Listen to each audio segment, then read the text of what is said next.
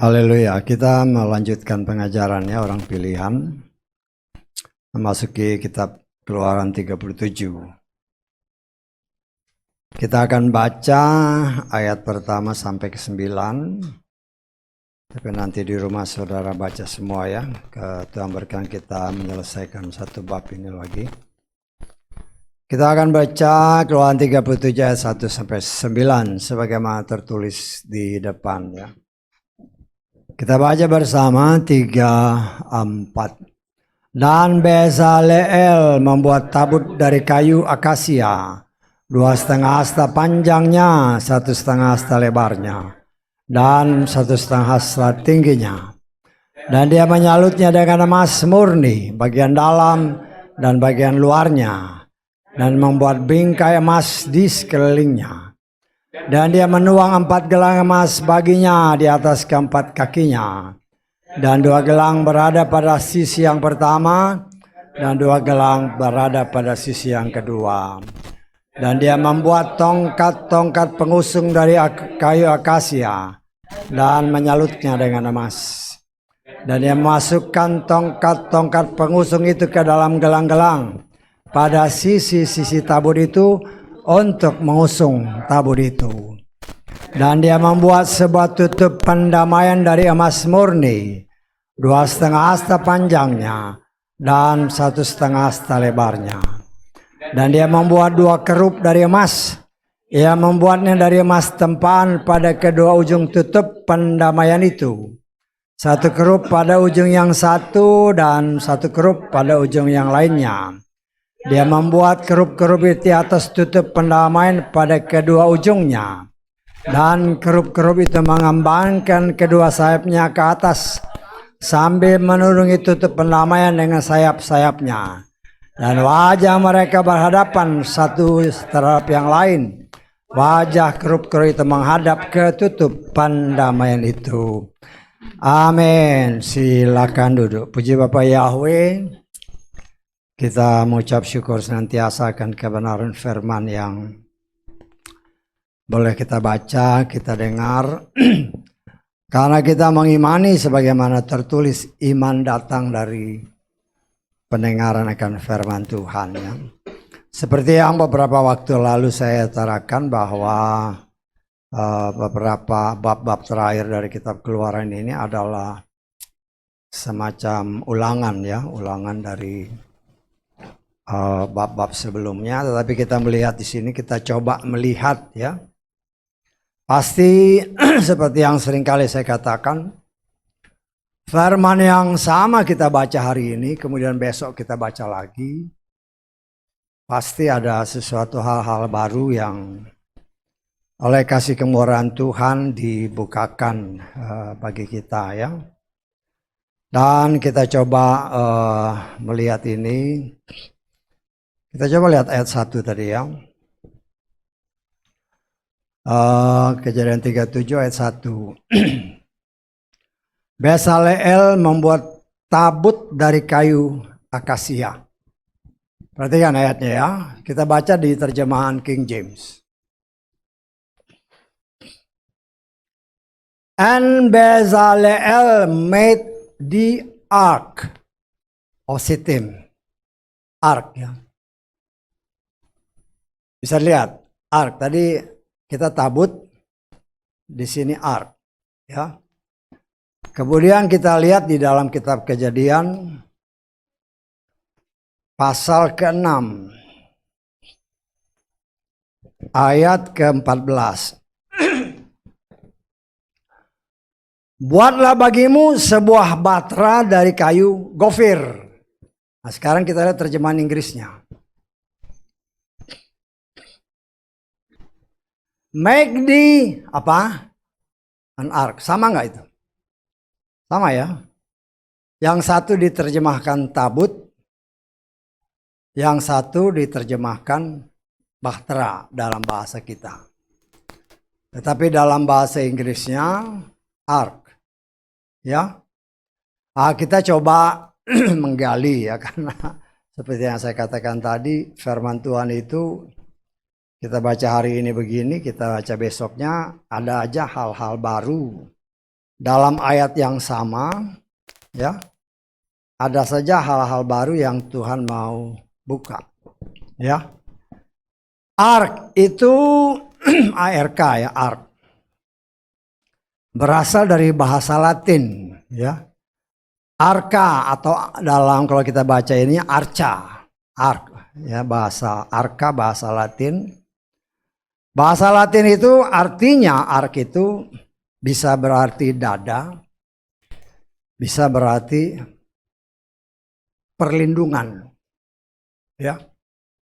Jadi jangan heran apabila di dalam kitab Kejadian tadi itu Nuh memakai ark, memakai bahtera untuk melindungi mereka, Nuh dan keluarganya, dari murka Tuhan yang akan segera ditumpahkan pada saat itu, yang kita kenal dengan air bah.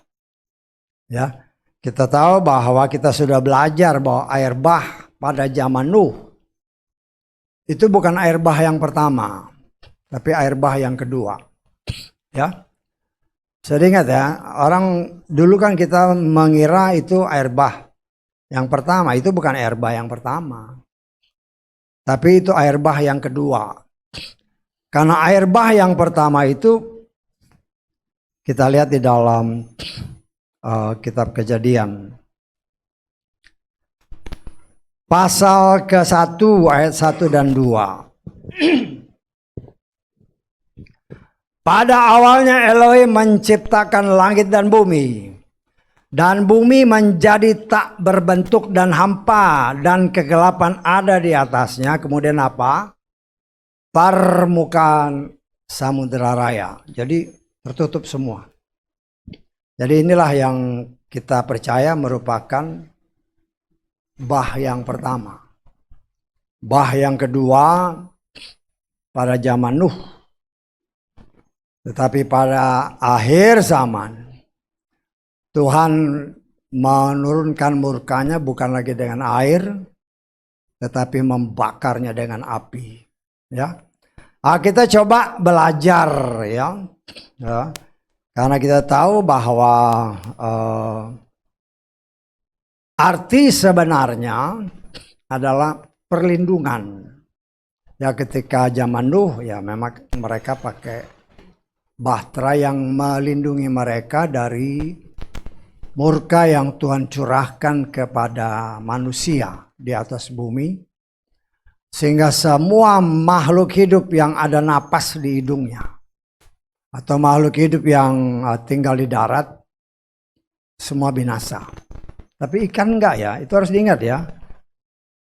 Bisa tanggap, ikan enggak mati. Kenapa ikan enggak mati ya? Memang hidupnya di situ. Jadi hal seperti itu kan kelihatannya kecil ya. Tetapi dari situ kita belajar ya. Karena baik dalam kitab Kejadian tadi maupun di dalam kitab dalam air samudera air bah pertama maupun air bah kedua, kita bisa menafsirkan bahwa ikan-ikan nggak musnah. Sedangkan kita tahu bahwa pada zaman dulu itu ya binatang-binatang purba kan sangat banyak. Termasuk dinosaurus dan sejenisnya. Kemudian gajah-gajah raksasa dan sejenisnya ya. Tapi itu kan binatang yang di darat. Itu musnah semua. Tetapi binatang yang di laut enggak. Ya. Binatang yang di laut enggak. Nah, kita tahu bahwa ya kita kan boleh nafsir-nafsir karena tadi saya sudah katakan binatang yang hidup di air enggak mati. Ya. Sekarang kita pernah mendengar cerita atau tertulis dalam firman Tuhan tentang Yunus ya. Yunus itu kan dimakan sama ikan kan. Loh, ikan yang paling besar sekarang ini, kalau dia makan manusia, kelihatannya apa namanya, orang bisa mati karena size-nya beda ya, walaupun mungkin panjangnya sekian puluh meter, tapi saya percaya ikan yang, atau saya menafsirkan ikan yang makan Yunus itu sangat besar ya. Dan itu memungkinkan karena ikan-ikan yang dahulu diciptakan zaman-zaman purba itu nggak mati karena dia tinggalnya di air. Bisa tangkap ya? Nah, ini kan hanya buat sebagai pengetahuan kita supaya kita ngerti akan rencana Tuhan yang luar biasa. Ya. Nah, tabut yang sekarang ini kita bicarakan juga kita berdasarkan arti sebenarnya itu adalah dada, ataupun kalau dalam terjemahan NIV kadang dipakai dada atau chest, tetapi kadang dia pakai ark di apa namanya untuk dalam artinya ya.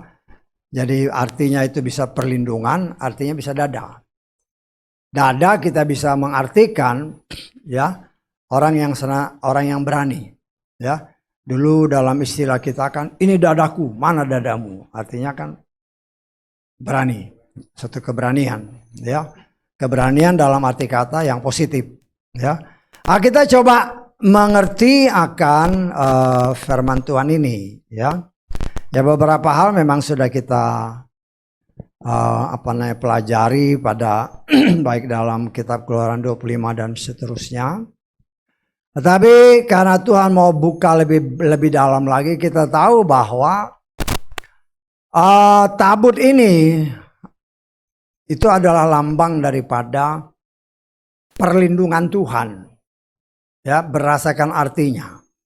Perlindungan Tuhan karena apa? Karena ada tertulis, ya.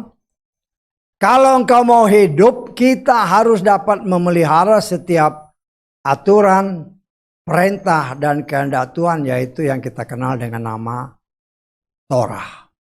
Saya tanggap ya. Dan kita mengucap syukur apabila kita boleh terus belajar untuk mengerti bagaimana. Ya.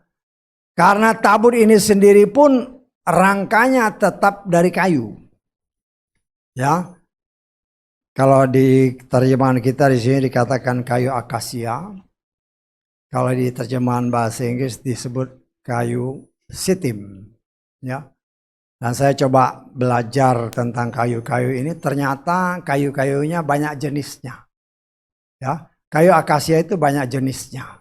Ya, nah, saya bukan ahli perkayuan atau perkebunan, jadi ya kita bisa bayangkan aja kayu ya. Tetapi yang sempat terpikir, kita sudah belajar tentang atau masih belajar ya, tentang tabernakel ini. Dan kemarin kita juga sudah belajar tentang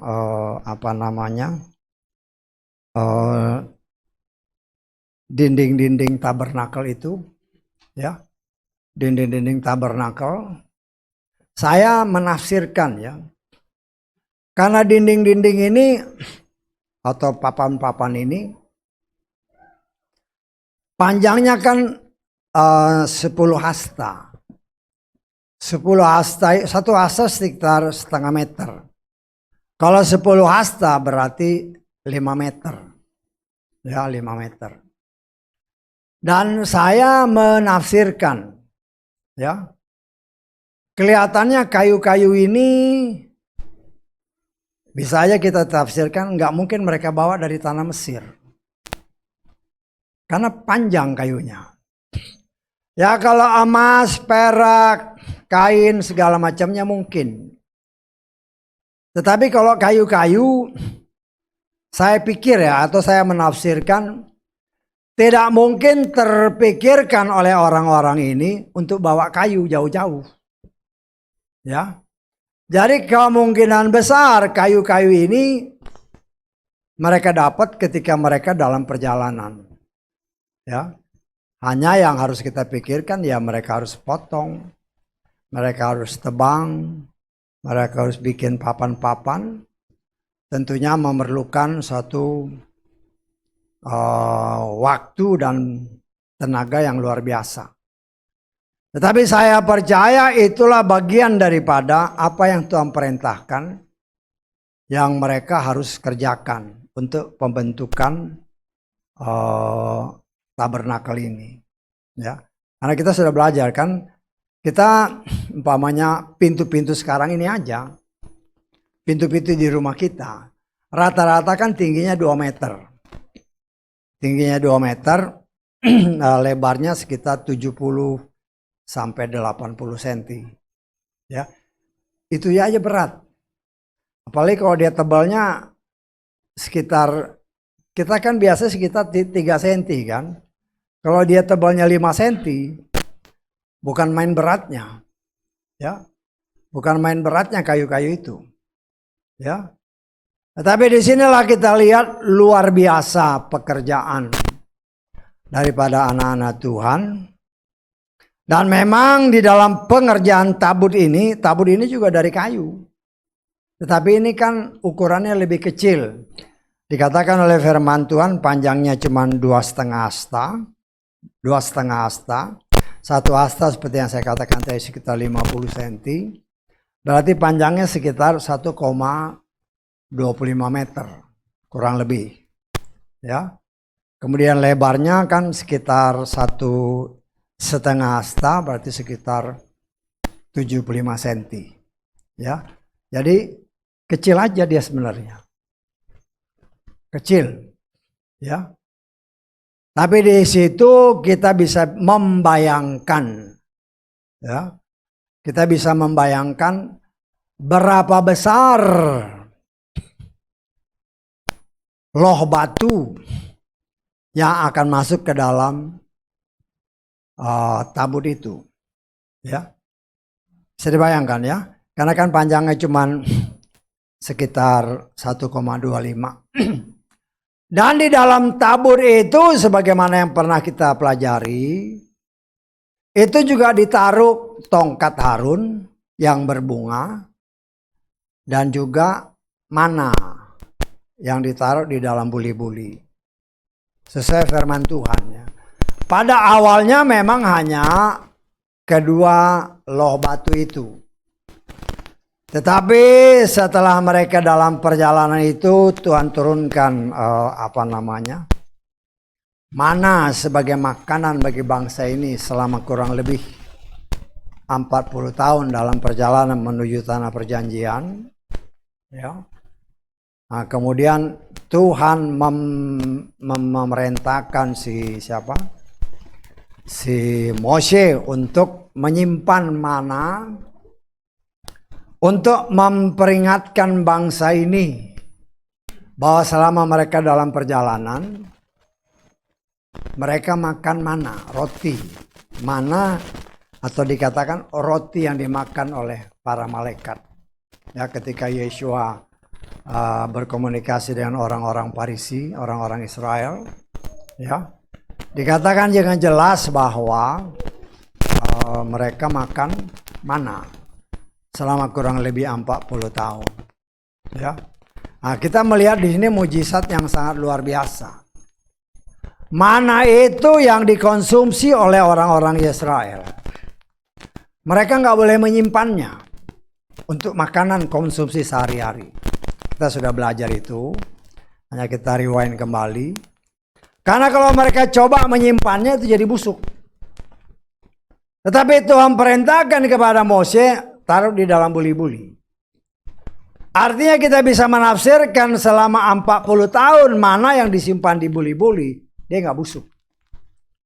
Ya, jadi ada 3 jenis benda yang dimasukkan ke dalam tabut. Kita baca di dalam Ibrani pasal 9 ayat keempat. Yang berisi pedupan dari emas. Ya, terjemahannya agak, saya baca, saudara lihat ini ya, saya baca terjemahan Lukas ayat keempat. Di ruangan itu ada pedupan dari emas dan tabut perjanjian yang seluruhnya dilapisi emas, yang di dalamnya terdapat buli-buli emas berisi mana, tongkat Harun yang bertunas, dan loh-loh perjanjian. Ya. Jadi ada 3 benda yang disimpan di dalam tabut. Ya. Kita melihat di situ mujizat luar biasa. Artinya ternyata mana yang disimpan di dalam tabut dia nggak busuk. Nah, kita sudah belajar di dalam kitab Keluaran, kalau saya nggak salah dari mulai 15 dan seterusnya. Setelah bangsa Israel keluar, Tuhan bilang ambil secukupnya, jangan disimpan sampai besok. Kalau disimpan sampai besok, ternyata ya mereka juga ada yang karena khawatir menyimpan sampai besok, udah busuk, udah bau ulat. Tetapi ini yang disimpan di dalam tabut sama sekali nggak busuk. Kemudian juga kita baca tadi tongkat Harun yang bertunas, artinya tongkat nggak ada akarnya, tapi bisa ada kembang, ada bunga badam. Bunga badam. Ditaruh di dalam tabut, kok nggak mati-mati? Bisa tangkap ya? Itu kan kelihatannya kan sepele. Tetapi kita harus berpikir 40 tahun. Kalau loh batu sih nggak jadi masalah. Tetapi tunas, kan ini apa namanya, kita harus berpikir secara logika. Loh kok tongkat ini nggak apa-apa. Ya. Nah, kita harus benar-benar mencoba mengerti bahwa Tuhan sanggup melakukan mujizat-mujizat. Ya, kita coba baca di dalam Bilangan pasal ke-17. Kita baca ayat 8. Kalau saudara mau baca, baca semua dari ayat 1. Tapi kita baca ayat 8 aja ya. Terjadilah pada keesokan harinya bahwa Moshe masuk ke dalam kemah kesaksian dan tampaklah tongkat Harun bagi keluarga Lewi telah bertunas dan mengeluarkan kuncup dan mengembangkan bunga dan menghasilkan buah badam. 40 tahun di dalam tabut tetap begitu, nggak ada akarnya, nggak ada yang nyiremin. Ini luar biasa ya. Ya. Nah, kita coba nanti ya kalau Tuhan berkenan ya mencoba menggali. Ya. Karena berbicara tongkat itu berbicara kuasa. Ya. Dan di sini kita melihat Tuhan sanggup melakukan mujizat-mujizat yang tidak pernah bisa masuk akal kita.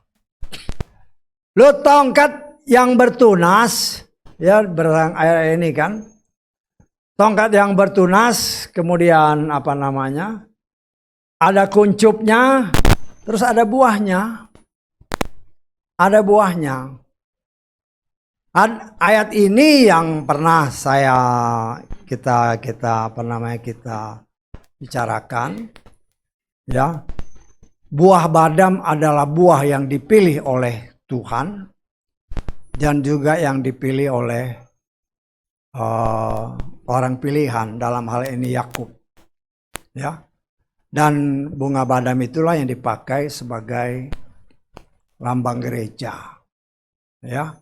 Nah, saudaraku yang dikasihi oleh Bapa Yahweh, luar biasa. Berbicara tentang tabut, berbicara tentang perlindungan Tuhan. Kita tahu bahwa tabut itu rangkanya tetap kayu. Ya, tetap kayu. Kan belakangan ini kita pernah dengarkan berita-berita. Ya, bahwa tabut itu telah ditemukan. Pernah baca ya? Media-media sosial. Tetapi ya mungkin banyak orang yang bertanya, kok tidak disiarkan secara luas? Bisa tanggap? Loh, kita sebagai orang pilihan Tuhan jangan bingung. Ya, kita nggak boleh bingung karena ada tertulis. Ya, ada tertulis yang ini harus kita sangat mengerti bahwa ya kita baca ya kenapa nih alat-alat khususnya tabut ya. Kenapa tabut itu nggak ada dokumentasinya kan? Jadi sampai saat ini boleh dikatakan orang di luar Yesrael, khususnya di luar imam besar atau keturunan imam besar, di luar itu tidak bisa lihat karena ada larangannya. Ya. Jadi kalau tidak ada dokumentasinya jangan heran. Dan bangsa ini adalah bangsa yang taat kepada firman. Ya, kita lihat ya. Bilangan pasal ke-1 ya. Kita baca mulai 47 sampai ayat ke-51. Jadi kalau ada orang yang menyatakan ini sudah diketemuan kok nggak ada dokumentasinya, ayatnya ini kenapa nggak boleh? Tetapi suku Lewi menurut suku leluhurnya tidaklah terbilang di tengah-tengah mereka. Yahweh berfirman kepada Moshe dengan mengatakan, hanya mengenai suku Lewi janganlah engkau membilangnya dan janganlah engkau menghitung jumlah mereka di tengah-tengah Bani Israel, malah engkau tempatkanlah orang-orang Lewi itu atas tabernakel kesaksian dan atas segala perabotnya, atas semua yang ada di dalamnya. Mereka harus membawa tabernakel itu dengan segala perabotnya. Mereka harus melayaninya dan harus berkemah di sekeliling tabernakel. Dan untuk memindahkan tabernakel, orang-orang Lewi harus membongkarnya, dan untuk memasang tabernakel, orang-orang Lewi harus mendirikannya. Dan apa? Orang asing yang mendekat harus dihukum mati. Walaupun sama-sama Yesrael, tetapi tidak sembarangan. Tidak sembarangan. Dan apalagi masalah tabut tadi kita lengkap di dalam Bilangan pasal 4. Kita baca ayat 15. Ketika Harun serta anak-anaknya, perhatikan ya, Harun dan anak-anaknya itu imam besar, keturunan imam besar. Ya. Telah selesai menutup tempat kudus dan segala perkakas tempat kudus. Pada waktu perkemahan dibongkar dan sesudahnya, barulah anak-anak Kehat boleh masuk untuk mengangkatnya, dan janganlah mereka menyentuh barang-barang kudus itu sehingga mereka mati. Inilah kewajiban orang keturunan Kehat di dalam kemah pertemuan. Orang Kehat itu orang Lewi, tetapi dia bukan keturunan Harun. Bisa tangkap? Hanya keturunan Harun yang boleh melihat barang-barang itu yang di dalam kemah, barang-barang kudus itu. Kalau mereka mau pindah dari satu tempat ke tempat lain, keturunan imam besar beresin semuanya. Setelah beres dia tutup, baru saudara-saudaranya orang Lewi yang lain ngangkat. Bisa tanggap? Karena itu jangan heran apabila di luar sana orang heboh, kok nggak ada dokumentasinya? Ya ini ayatnya, nggak bisa, tidak boleh. Firman Tuhan itu kekal ya, tidak berubah. Jadi jangan kita harapkan ya untuk bisa melihat fotonya pun nggak boleh berdasarkan ayat ini. Atau saya menafsirkan berdasarkan ayat ini nggak bisa. Ya. Di sinilah kita melihat betapa kudusnya semua barang-barang yang ada di dalam ruangan kudus maupun ruangan maha kudus. Karena yang masuk ke dalam ruang itu hanya keturunan Harun. Walaupun sama-sama orang Lewi, kalau dia bukan keturunan imam besar, nggak boleh. Walaupun ada beberapa kekecualian yang pernah kita juga pelajari atau pernah belajar atau pernah diberitakan. Ya. Kekecualian apa? Si Samuel. Samuel itu orang Lewi, tetapi dia bukan keturunan imam besar. Tetapi karena Eli imam besar pada waktu itu bersama semua keluarganya dipandang berdosa sama Tuhan, bahkan Tuhan musnahkan. Dan Samuel yang sejak kecil karena nasar ibunya sudah melayani di bait suci dengan bimbingan si Eli ini, mendapatkan kasih karunia untuk melanjutkan pelayanan sebagai imam besar, walaupun dia bukan imam besar. Karena apa? Saya berani kata, karena dia yang bakar korban. Kita sudah belajar ketika Saul disuruh tunggu, Saul nggak sabar, dia bakar sendiri. Ya, di sinilah kita melihat Tuhan itu setia sama firman-Nya. Walaupun dalam beberapa hal memang ada pengecualian. Pengecualian itu bisa terjadi, tetapi harus Tuhan yang bikin. Seperti yang pernah saya katakan. Ya, saya menafsirkan Torah itu sebagai undang-undang dasar. Kalau kita undang-undang dasar 45. Undang-undang dasar itu boleh dirubah atau boleh direvisi, ya, dengan persetujuan semua anggota DPR, MPR. Paling sedikit, ya seingat saya, harus sekitar 2/3 dari seluruh anggota. Mereka berhak merubahnya. Artinya kalau kita mau ambil perumpamaan itu, dalam kasus si Samuel tadi, karena Torah itu yang bikin Tuhan, ya Tuhan bisa merubah. Saya tanggap ya. Supaya jangan kita salah pikir ya. Saya harus ingatkan Samuel itu bukan keturunan imam besar. Tetapi dia boleh mempersembahkan itu karena imam besarnya murtad. Murtad dalam arti kata melawan firman Tuhan. Sehingga dibinasakan. Eli sama anak-anaknya dibinasakan Tuhan. Ya, disinilah kita coba belajar mengerti.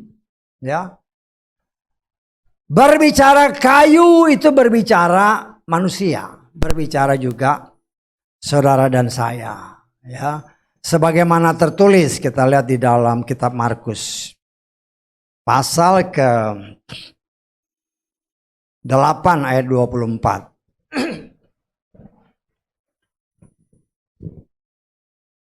Setelah melihat, dia berkata, aku melihat orang-orang karena aku melihatnya bagaikan pohon-pohon sedang berjalan.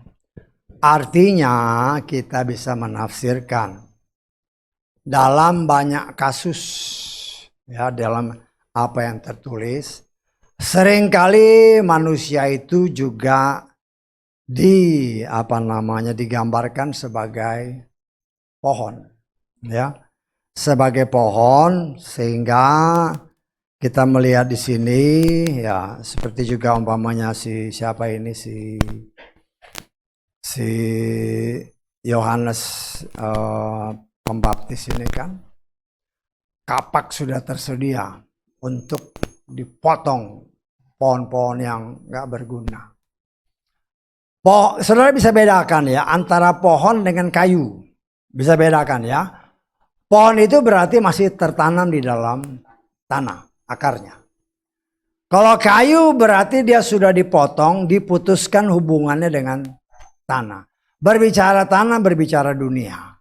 Berbicara tabut yang dibuat rangkanya dengan kayu akasia, melambangkan anak-anak Tuhan yang sudah diputuskan hubungannya dengan dunia. Artinya dia sudah keluar dari pengaruh kuasa si jahat. Karena kita sudah belajar, dunia ini dikuasai oleh si jahat. Dan Tuhan menarik manusia pilihannya dari kuasa pengaruh dunia, pengaruh si setan yang menguasai dunia. Diputuskan hubungannya antara orang pilihan Tuhan yang tadinya merupakan bagian daripada dunia, diputuskan hubungannya dengan dunia, kemudian diciptakan sebagai manusia yang baru yang kita kenal sebagai ciptaan yang baru melalui baptisan. Jadi kita diputuskan hubungannya dengan dunia, lahir baru, menjadi ciptaan yang baru kata Yesua. Ya, kita dibentuk, kita masih dibentuk. Ya, dari kayu atau dari pohon dipotong-potong, dibentuk menjadi rangka daripada tabut. Dan berbicara emas, berbicara kemuliaan Tuhan yang harus menjadi bagian hidup kita untuk kita memperoleh kasih karunia dan kelayakan. Berbicara loh batu, berbicara tongkat, berbicara mana. Ya, itu dapat atau boleh tinggal di dalam kehidupan saudara dan saya. Kita ini dapat digambarkan sebagai tabut-tabutnya Tuhan. Ya. Karena berbicara arti daripada tabut berdasarkan apa yang tadi saya katakan, perlindungan, naungan sayap Tuhan yang mau melindungi orang-orang yang mau melepaskan ikatannya, keterikatannya dengan dunia, rela dipotong dari pengaruh dunia, kemudian dibentuk untuk menjadi tabut-tabutnya Tuhan. Ya. Dan kita harus rela bukan saja dibentuk dengan panjang sesuai dengan apa yang dikatakan tadi. 2,5 kali 1,5 dengan tinggi sekian. Ya, berdasarkan firman Tuhan tingginya juga 1,5 sta. Tetapi kayunya dilapisi dengan emas. Berbicara emas, berbicara kemuliaan. Ya. Kemuliaan itu hanya dapat terjadi ya apabila kita mau sungguh-sungguh dibentuk oleh Tuhan. Kemuliaan yang dahulu, ingat ketika manusia pertama kali diciptakan Tuhan, mereka memancarkan kemuliaan Tuhan. Tetapi ketika mereka tertipu sama setan dan jatuh dalam dosa, sebagian kemuliaannya hilang. Kita sudah belajar ini dalam kitab Roma pasal ketiga.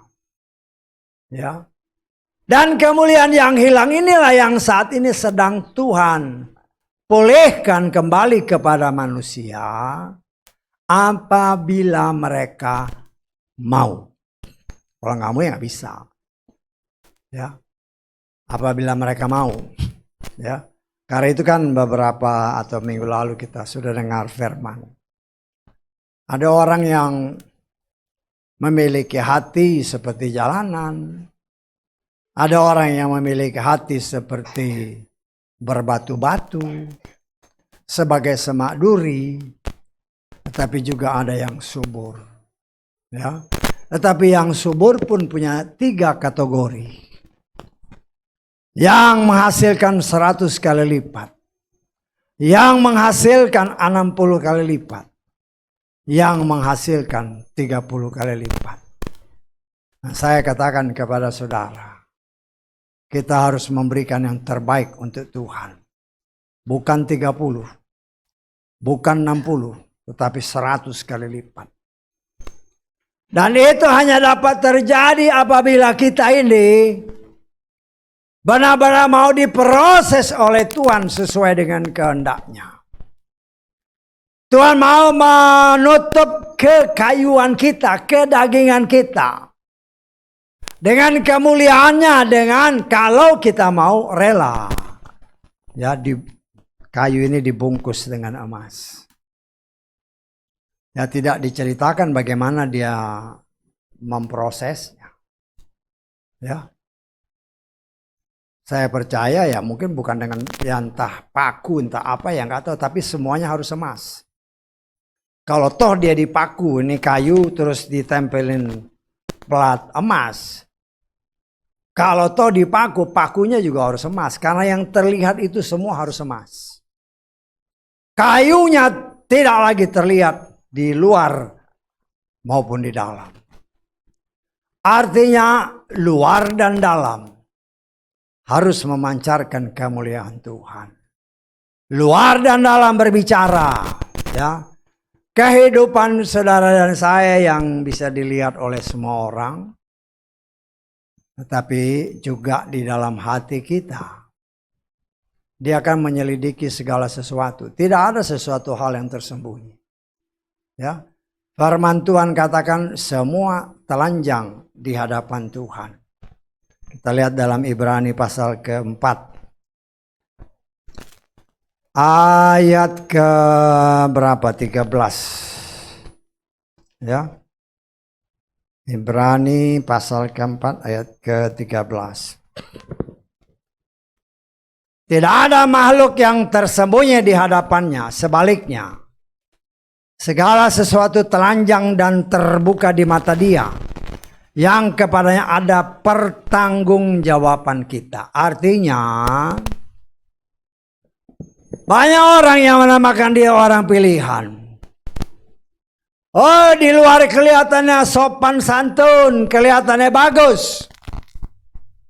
Tetapi di dalamnya penuh dengan kebobrokan, penuh dengan kepura-puraan, penuh dengan kemunafikan. Dan jangan kira Tuhan nggak tahu, karena berdasarkan ayat ini tidak ada sesuatu yang tersembunyi. Ya. Dan kita harus juga menyadari bahwa Tuhan mau kita luar dalam bersih, suci dan kudus. Ya, suci dan kudus. Saya menafsirkan. Ya, seringkali kan kau harus suci dan kudus. Ya, kalau kita masuk di umpamanya ruang-ruang operasi kan, harus suci hama, bukan kudus hama, ya betul nggak? Suci hama artinya barang yang terlihat itu harus benar-benar bebas dari hama. Nah, yang nggak terlihat artinya yang suci itu kelakuan kita bagus. Di dalam itu hanya Tuhan yang lihat. Ya. Dan itu bagi Tuhan tidak ada sesuatu yang mustahil. Apabila kita mau sungguh-sungguh membiarkan Tuhan memproses kita. Sehingga bukan saja bagian luar kita ditutup oleh emas, oleh kemuliaan Tuhan. Tapi di dalam pun, di dalam hati kita, dalam hidup kita. Tuhan mau membungkusnya dengan emas. Berbicara emas, berbicara kemuliaan Tuhan. Sehingga apabila luar dan dalam tertutup, selesai tabut ini, baru diletakkan. Baik itu loh batu yang berisi 10 perintah Tuhan. Baik itu seperti apa yang kita baca tadi. Ya. Mana? Baik itu juga tongkat Harun. Berbicara Torah, berbicara 10 perintah yang tertulis.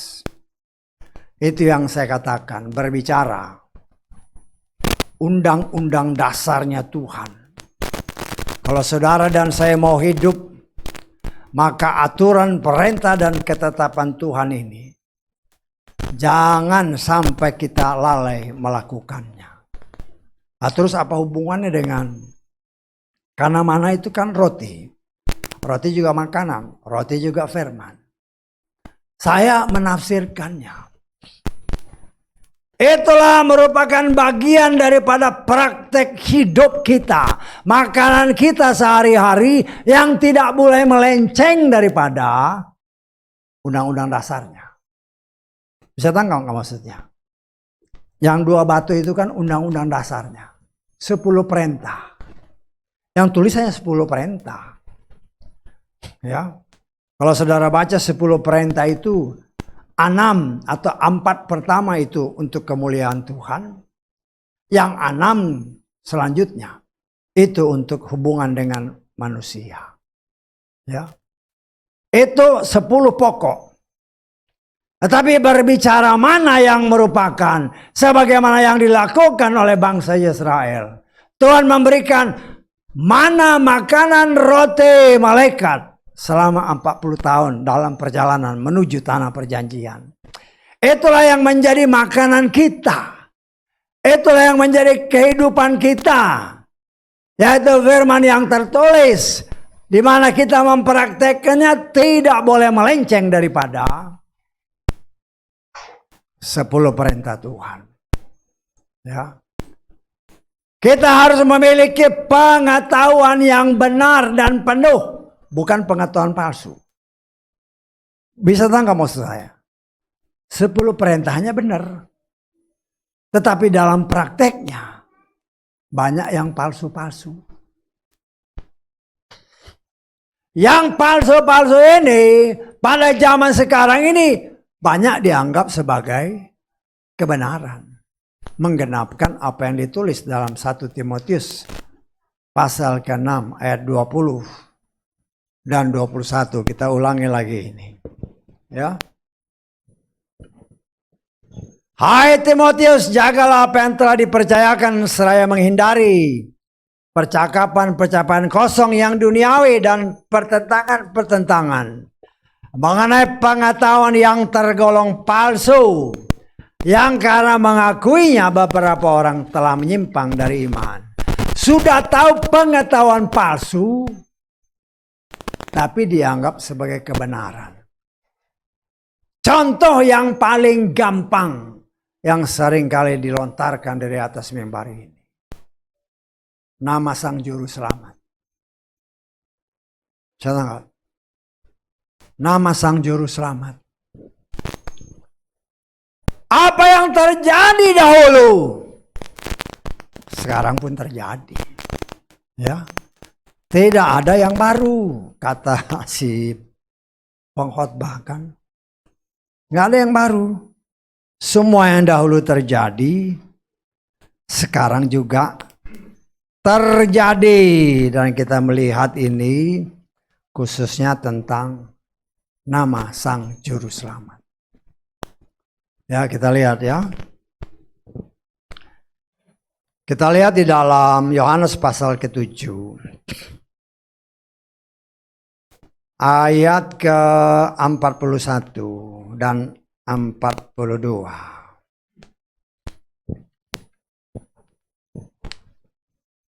Orang-orang lainnya berkata, dia ini adalah Hamasya. Mereka berbicara tentang Yeshua. Namun yang lainnya berkata, bukan, sebab adakah Hamasya datang dari Galilea? Bukankah kitab suci telah berkata bahwa Hamasya datang dari Bani Daud dan dari Bethlehem, desa tempat Daud tinggal. Kenapa saya ambil ayat ini? Saya menafsirkan berdasarkan ayat-ayat firman Tuhan. Yusuf memang tidak lagi diceritakan ya. Apakah dia sudah meninggal? Kita tidak bisa katakan. Tapi yang jelas ya, yang jelas ibunya masih ada, Maria. Ya. Karena Maria Magdalena dan Maria ibu Yesus, yaitu ibunya Yeshua yang melahirkan dia, itu yang membawa rempah-rempah. Jadi Maria masih hidup. Ya. Apa hubungannya dengan yang saya katakan tadi? Yang sekarang ini dulu terjadi, ya ini. Maria itu masih hidup. Mereka kenal Maria, mereka kenal keluarga ini. Lo kenapa nggak datang sama mereka? Kamu itu dari mana sih? Saya tanggap. Kamu itu dari mana? Mereka bisa bilang, ini harus keturunan dari Daud. Lo kenapa nggak datang ke keluarga ini? Dan itulah yang terjadi saat ini. Walaupun Yeshua berkata, aku datang dalam nama Bapakku. Ya, banyak orang dengan nama yang palsu. Saya katakan nama palsu. Ya, walaupun mungkin orang di luar sana, enak aja. Loh, kita punya komunikasi yang sangat lancar sekarang ini. Saya kalau mendengar lagu-lagu Ibrani, kalau orang Ibrani nyanyi dengan bahasa Ibrani, tidak pernah mereka pakai Yesus. Nggak ada. Mereka selalu pakai Yeshua. Bukan Yahshua. Yeshua. Berapa ribu orang yang datang ke sana, ke Israel. Loh, di Israel pakai nama yang lain. Ya. Itulah pengetahuan yang palsu, tapi dianggap sebagai kebenaran. Akhirnya, berdasarkan ayat Timotius tadi, imannya melenceng. Dan itu terjadi. Ya. Kita coba untuk memperkenalkan nama ini berulang-ulang. Tetapi ada tertulis, mereka dengar. Tapi nggak ngerti. Malah ngotot, mungkin ada yang ngotot juga. Enak aja Yesus nggak benar. Lo cobalah engkau putar itu lagu-lagu Ibrani. Pakai bahasa Ibrani. Dan memang Yesus itu dalam bahasa Ibrani nggak ada artinya. Kalau Yeshua berkata, aku datang dalam nama Bapakku, siapa nama Bapaknya? Orang Kristen banyak berdoa, Bapa kami di sorga. Orang Israel ketika diajarkan oleh Yeshua, mereka tahu siapa nama Bapaknya. Saya tanggap. Loh, coba tanya orang-orang Kristen Indonesia, kau doa Bapa kami, siapa Bapakmu? Wah, macam-macam jawabnya. Kenapa? Karena umatku binasa karena tidak mau mengenal Tuhan dengan benar. Ke Israel bisa 10-20 kali. Tetapi nama Tuhan yang disembah oleh orang Israel tidak kau panggil. Bahkan berani mengatakan sama aja. Dasar setan yang mengubah pikiran orang. Sehingga begitu mudahnya merubah nama Tuhan. Kok nama Tuhan dirubah? Tetapi inilah kita melihat. Kita yang merupakan orang yang sedang dalam proses Tuhan. Untuk menerima kemuliaan. Karena emas berbicara kemuliaan yang Tuhan anugerahkan. Bagi orang yang sudah sungguh-sungguh siap untuk mau mematikan semua hubungan dengan dunia, dengan kedagingan. Sehingga mau bersedia menempatkan Torah dalam hidupnya. Undang-undang dasar Tuhan bagi manusia itu Torah. Tetapi mana adalah kembangan daripada Torah? Ya. Kita tahu bahwa Torah berbicara 5 kitab pertama. Kitab-kitab yang lain yang kita kenal dalam perjanjian lama maupun perjanjian baru. Itu adalah hasil dari Torah. Yang tidak boleh keluar dari Torah. Kalau keluar dari Torah berarti keluar dari undang-undang dasar. Dan seperti yang seringkali dikatakan. Apapun yang keluar dari undang-undang dasar. Batal. Tidak berlaku. Ya. Dan karena kita mau menerima pembentukan dari Torah. Tuhan berikan kepada kita. Saudara dan saya kuasa berbicara tongkat. Berbicara kuasa yang Tuhan berikan. Ketika itu kepada Moshe. Ya. Diberi kuasa ketika Tuhan berbicara. Untuk pertama kali kepada Moshe. Apa yang ada padamu? Tongkat. Berbicara tongkat, berbicara kuasa. Yesus berkata. Jangan pergi kemana-mana sebelum engkau menerima kuasa. Setelah mereka menerima kuasa, menerima Roh Kudus. Ada tertulis, pergi. Beritakan Injil. Nah itulah kewajiban kita. Saya percaya ketika kita sudah lahir baru. Sebagaimana apa yang Yesus katakan kepada Nikodemus. Ya. Kalau engkau tidak dilahirkan dari air dan roh. Jangan harap engkau bisa selamat. Ya. Karena itu. Dari ayat-ayat itu kita mengerti. Kenapa Yeshua harus dibaptis? Ya ini kan bagian daripada rangkaian. Yang beberapa kali saya ulangi karena Supaya kita benar-benar mengerti kenapa Yesus harus dibaptis. Dia itu dari benih yang kudus, Roh Kudus yang membuat Maria hamil. Sampai Maria genap masa kehamilan melahirkan anak-anak. Tapi kok dia dibaptis? Ya. Kalau bukan karena hikmat Tuhan, banyak orang yang nggak ngerti. Karena itu kita belajar. Kenapa? Loh, itulah yang dikatakan Tuhan kepada si Nikodemus. Sebagaimana tertulis Yohanes 3 ayat ke-5. Yesus menjawab, sesungguh-sungguhnya aku berkata kepadamu, jika seseorang tidak dilahirkan dari air dan roh, dia tidak dapat masuk ke dalam kerajaan Elohim. Yeshua yang adalah Bapa Yahweh sendiri yang menjadi manusia. Ngasih contoh. Semua orang yang dilahirkan dari seorang wanita. Ya. Dilahirkan, dikandung dalam dosa, dilahirkan dalam dosa, hidup dalam dosa, tidak mungkin masuk dalam kerajaan sorga. Berdasarkan ayat ini. Karena itu Yeshua kasih contoh. Walaupun dia benih yang kudus. Dari benih yang kudus. Tapi dia lahir dari seorang wanita. Ada tertulis tidak ada yang benar. Semuanya berdosa. Dan untuk menggenapkan Yohanes ini, Yeshua kasih contoh. Kalau engkau tidak dilahirkan dari air, dari firman. Karena itu Yeshua dibaptis masuk ke dalam air, lahir dari firman. Itulah yang kita contoh.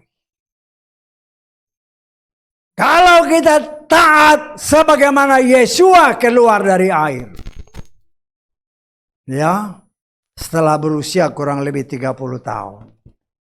Ada suara. Inilah anak yang kukasihi. Kepadanya aku berkenan. Nah, itu yang terjadi. Kita coba mempraktekkan apa yang dicontohkan. Ya.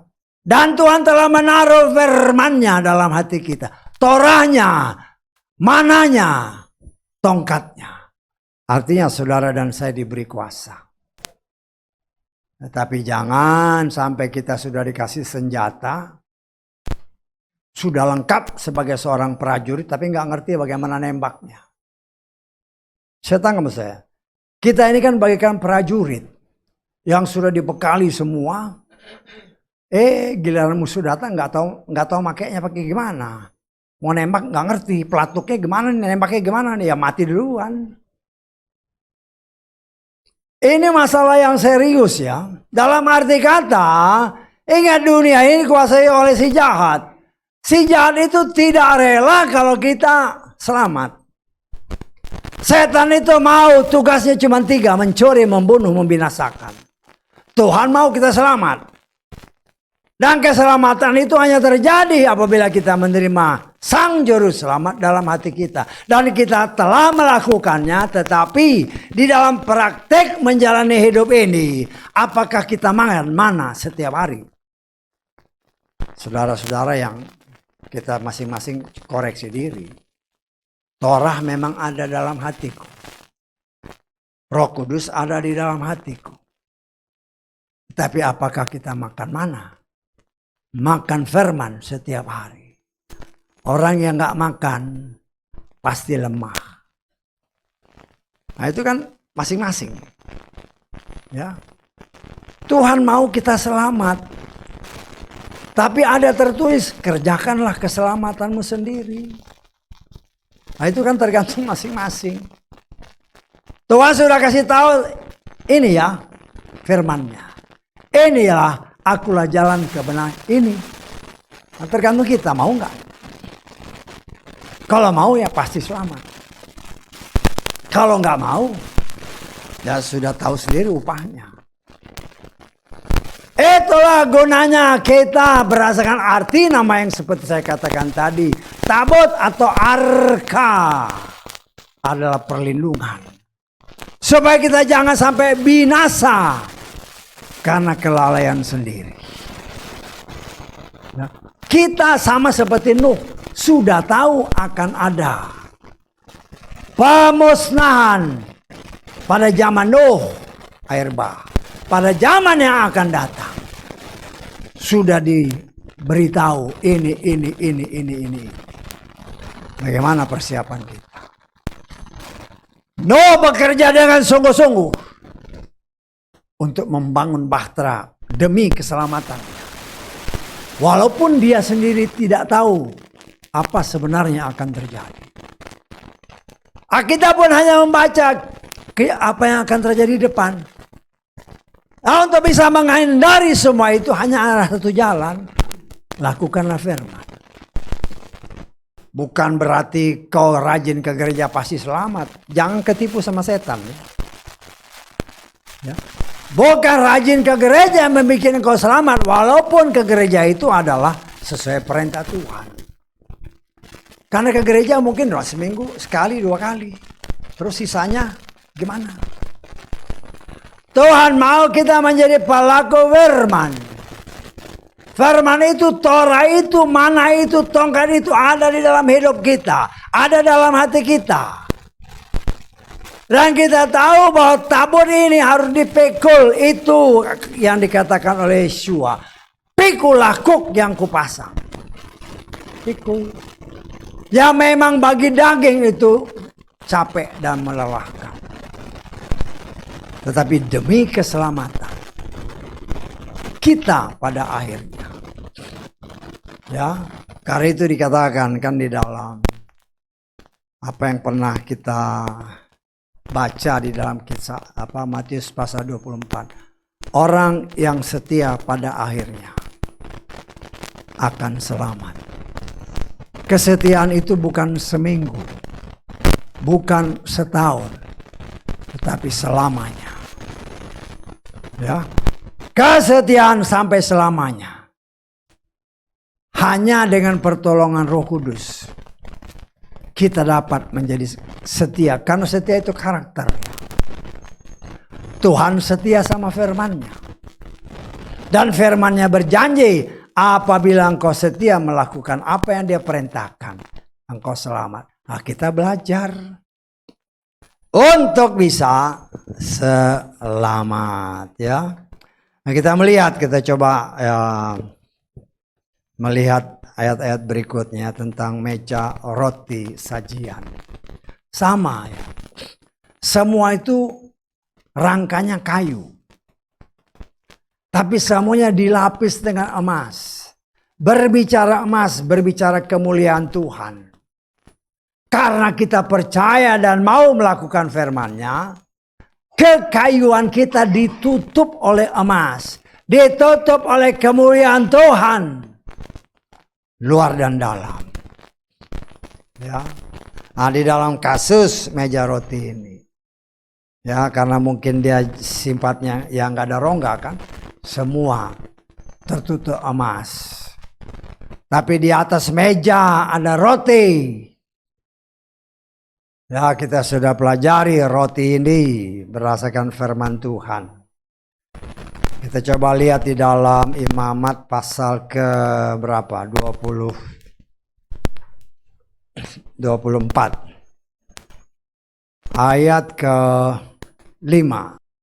Engkau harus mengambil tepung halus dan dengannya engkau harus membakar 12 roti bundar. 1 roti bundar haruslah 2/10 bagian.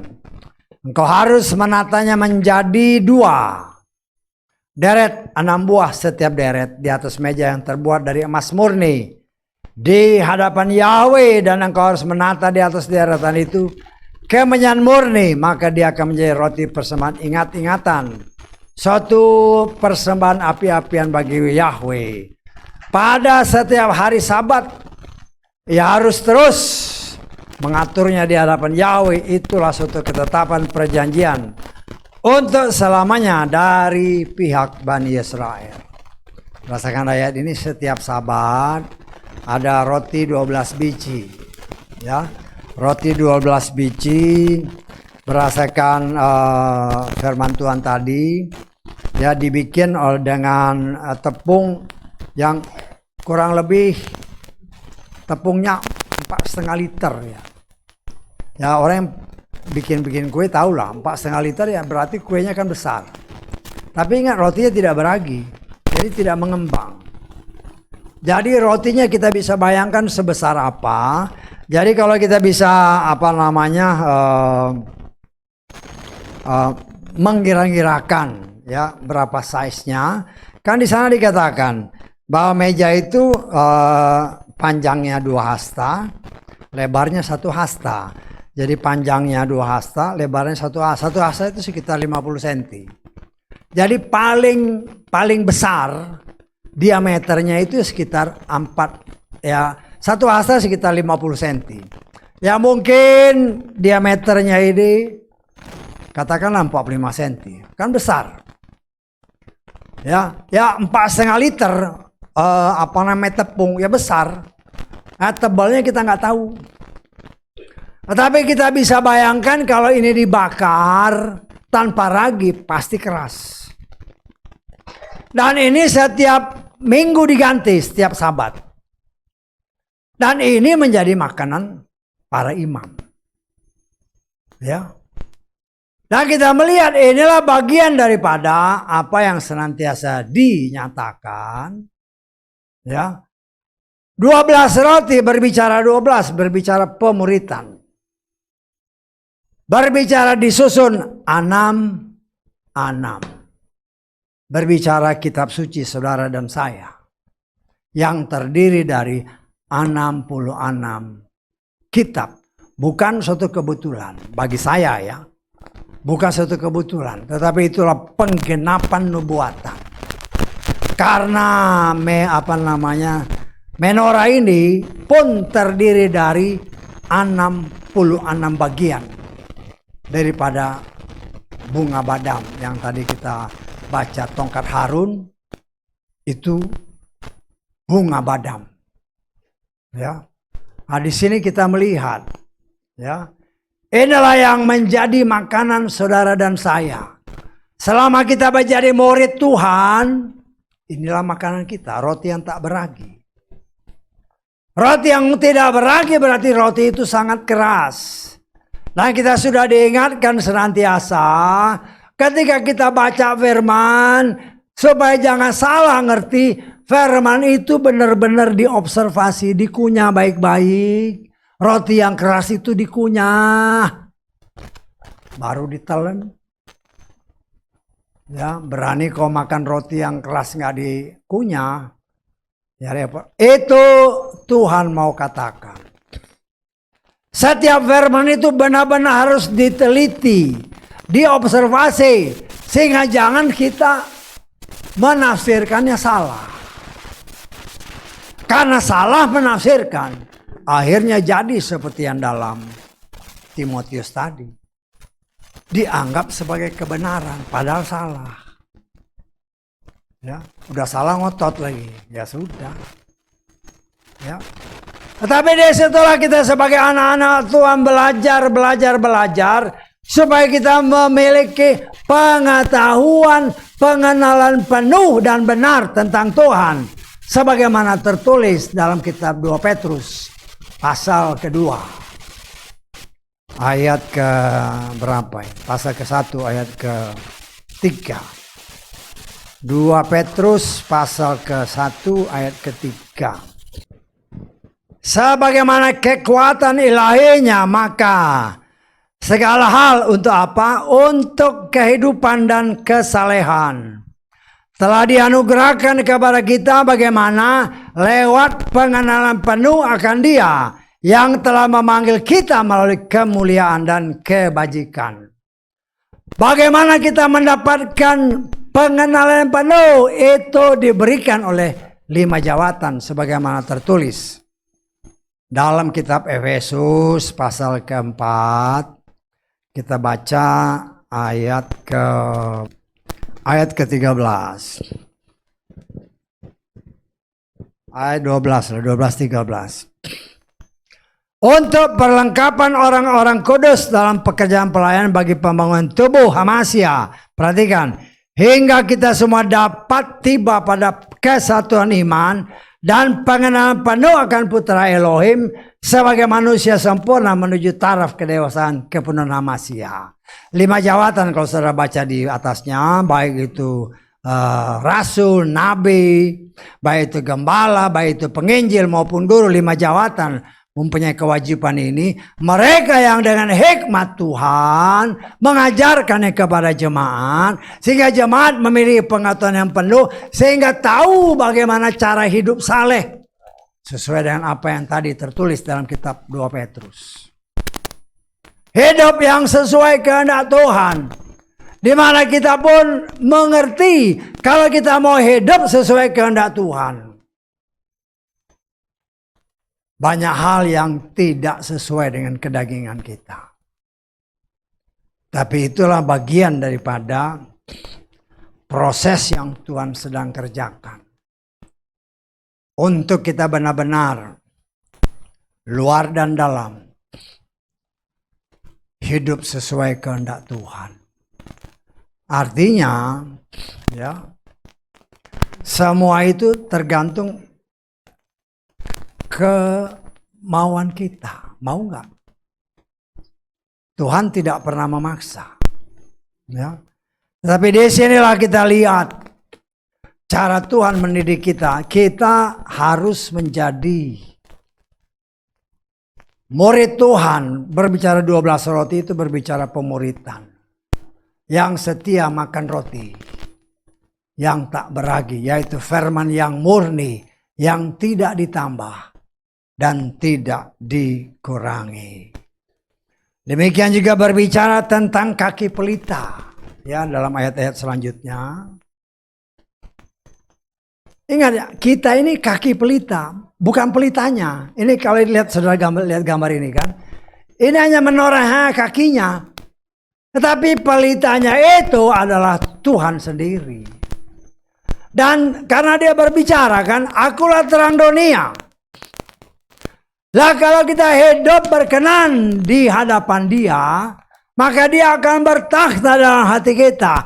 Kita ini kaki pelita. Dan dia bertakhta di hati kita, dia yang memancarkan kemuliaan bagi kemuliaannya sendiri. Nah, kita dipakai turut ambil bagian untuk kemuliaan Tuhan. Bisa tanggap ya? Jadi kita ini hanya kakinya. Tapi kita sudah belajar kaki ini, kalau saudara baca semuanya itu, ya, itu kan ada apa namanya batang-batang ini, 3 kanan 3 kiri. Nah setiap batang ini, ya, ada 3 bunga badam. Setiap bunga ada kelopaknya, ada kuntumnya, ada bunganya. Kalau 3 ini berarti 3 kali 3. 9 bagian bunga badam. Kalau ada 6 berarti 9 kali 6. 54 bagian daripada bunga badam. Tiangnya ini ada 4. 4 dikali 3 12. 12 ditambah 54. 66 bagian, sama dengan roti tadi. Dan untuk kita menjadi bagian daripada alat Tuhan untuk memancarkan kemuliaannya, ya, kita harus taat kepada aturan, perintah dan ketetapan Tuhan yang telah tertulis di dalam apa yang kita namakan 66 kitab. Dan berbicara tentang mesbah dupa. Berbicara dupa, ya, kita lihat di dalam Wahyu pasal ke-5. Ya, ayat ke-8. Ketika dia menerima kitab itu, keempat makhluk hidup dan ke-24 tua-tua tersungkur di depan anak domba itu seraya masing-masing. Perhatikan. Memegang kecapi dan bokar emas yang penuh dengan dupa. Yang adalah apa? Doa-doa orang-orang kudus. Jadi setiap saudara dan saya berdoa, Tuhan, Kita teringat akan anak Tuhan, ada yang di tempat pengungsian, ada yang di tempat peperangan, ada yang menderita, semua. Emang kamu kudus loh, kita sudah dikuduskan. Setangkap ya. Ketika kita mengaku dosa, kita sudah dikuduskan. Lah inilah doa-doa yang kita naikkan, itu semua ditampung oleh Tuhan. Ya. Itu merupakan doa-doa harum ketika saudara berdoa, ketika kita berdoa. Ingat, setiap doa pasti Tuhan dengar. Kalau itu doa permohonan, tapi nggak dijawab, ya belum waktunya Tuhan. Saya tahu. Ya, karena juga ada orang yang ya karena mungkin ya kurang hikmat, pasti dijawab. Loh. Nah itu hati-hati pengajaran-pengajaran seperti itu. Ada orang kan yang mengajarkan teori begini. Untuk dapatkan ini doanya harus begini. Pasti dijawab. Belum dijawab Pak, doa lagi. Sampai berbusa nggak dijawab juga. Berarti kau salah.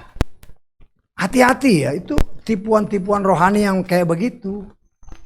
Kenapa saya berani katakan seperti itu? Kalau doa itu tidak berkenan kepada Bapa Yahweh, jangan harap dijawab. Bisa tak sama saya? Ya. Karena ada contohnya, bukannya asal main cuap aja. Ya. Kita lihat coba. Ya. Kita lihat di dalam Matius pasal ke-26. Ayat ke-39. Ini semua sebagai pengajaran kita ya, karena banyak orang di luar sana mengajarkan, pokoknya pasti dijawab Tuhan. Loh, hati-hati. Setelah maju sedikit dia atau Yesua tersungkur dengan wajahnya. Saya berdoa berkata, Bapakku, jika mungkin lalukanlah cawan ini daripadaku. Tetapi bukan seperti yang aku kehendaki, melainkan seperti yang engkau kehendaki. Ketika Yesua doa minta supaya cawannya dilalukan nggak? Enggak. Kenapa? Karena itu bukan kehendak Tuhan. Walaupun itu Yesua mau kasih contoh, jangan sampai ketipu dengan orang-orang yang mengajarkan seperti, oh pasti doa, pasti dikabulkan. Cara kamu punya tujuan apa? Minta seperti ini ya doanya. Udah didoa nggak bisa Pak. Berdoa lagi. Kalau bukan kehendak Tuhan, nggak bisa. Bisa tahu nggak maksud saya? Jangan sampai tertipu dengan pelayan-pelayan palsu yang menyebarkan berita-berita palsu. Kalau itu kehendak Tuhan, pasti jadi.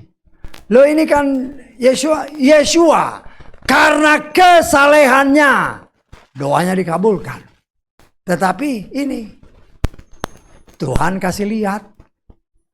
Kalau itu bukan kehendak Bapa Yahweh. Karena itu dia kata, bukan kehendakku, tapi kehendakmu yang jadi. Ya kehendak Bapa Yahweh engkau harus mati. Untuk keselamatan kita. Bisa ditangkap? Nah, karena itu saudaraku yang dikasih oleh Bapa, kita terus belajar. Ya. Apa yang tadi sudah dibuka, disingkapkan kembali. Ya banyak kalau mau secara detail sekali, banyak sekali. Tetapi saya percaya seperti yang pernah saya katakan. Apa yang diajarkan itu hanya rangka. Hanya rangkanya aja. Nah saudara harus baca, harus teliti, harus meditasi, harus observasi firman itu. Karena banyak hal yang Tuhan mau buka. Tapi tergantung kita. Karena itu sebagai seorang pelayan Tuhan, saya yang bisa mengingatkan. Bacalah firman. Itulah surat cinta Tuhan kita. Itulah mana ya, yang harus kita makan. Tuhan sudah menempatkan dalam hati kita Torahnya, tongkatnya, Roh Kudus. Ya, mananya sudah disiapin. Tapi apakah kita makan setiap hari? Hanya saudara yang tahu. Ya. Keselamatan itu urusan pribadi. Saya sebagai pelayan Tuhan dengan salah satu dari 5 jawatan yang ada, saya hanya bisa merimain terus menerus. Di-rewind terus menerus. Menghimbau kita semua, waktunya sudah semakin dekat. Dengan semakin dekat, apa yang sudah kita lakukan? Nah, saya percaya dengan segala situasi kondisi yang ada, ya, tetaplah berdoa, tetaplah berbicara sama Tuhan. Ya, Tuhan kan tahu situasi kondisi kita masing-masing. Ya, ngomong dia itu Bapak kita. Ngomong, curahkan isi hatimu. Ngomong sama dia. Ya, apa rencana kita? Ngomong. Ya, kalau nggak pernah ngomong ya bahaya, salah sendiri.